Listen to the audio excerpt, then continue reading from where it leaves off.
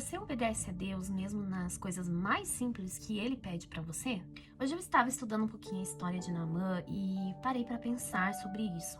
Muitas vezes nós queremos sinais grandiosos e instruções do Senhor que venham como uma avalanche na nossa vida e que tragam grandes mudanças, mas não nos atentamos às pequenas coisas que Deus nos pede. Naamã, ele era um guerreiro e lutava em favor da Síria, mas ele sofria de lepra, que era uma doença que, na época, as pessoas precisavam ficar, inclusive, isoladas da sociedade. Então, através de uma menina que era serva de sua esposa, ele ficou sabendo de um profeta que havia em Israel, que se chamava Eliseu.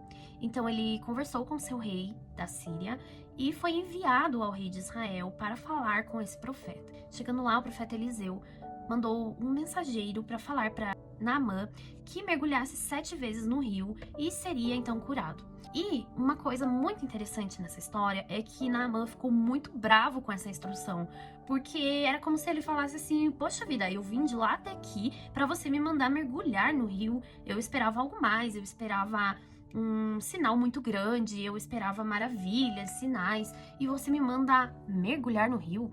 Para Naamã, aquilo foi muito estranho, né? Porque ele mesmo fala que ele poderia ter mergulhado em rios lá perto da onde ele morava, que ele mesmo considerava rios ainda melhores.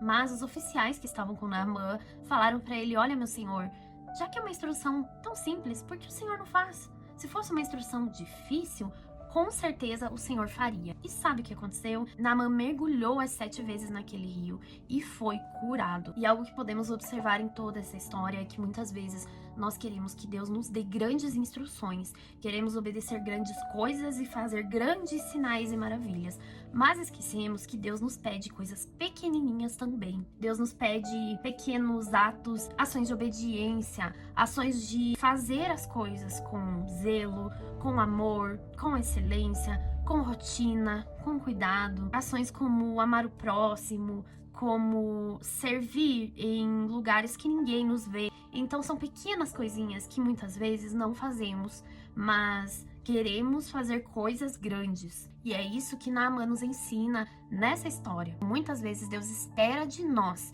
coisas pequenas. Que nessa semana possamos colocar essa história em nosso coração, mudarmos a nossa mentalidade em relação a essas coisas e sermos abençoados com mais essa palavra.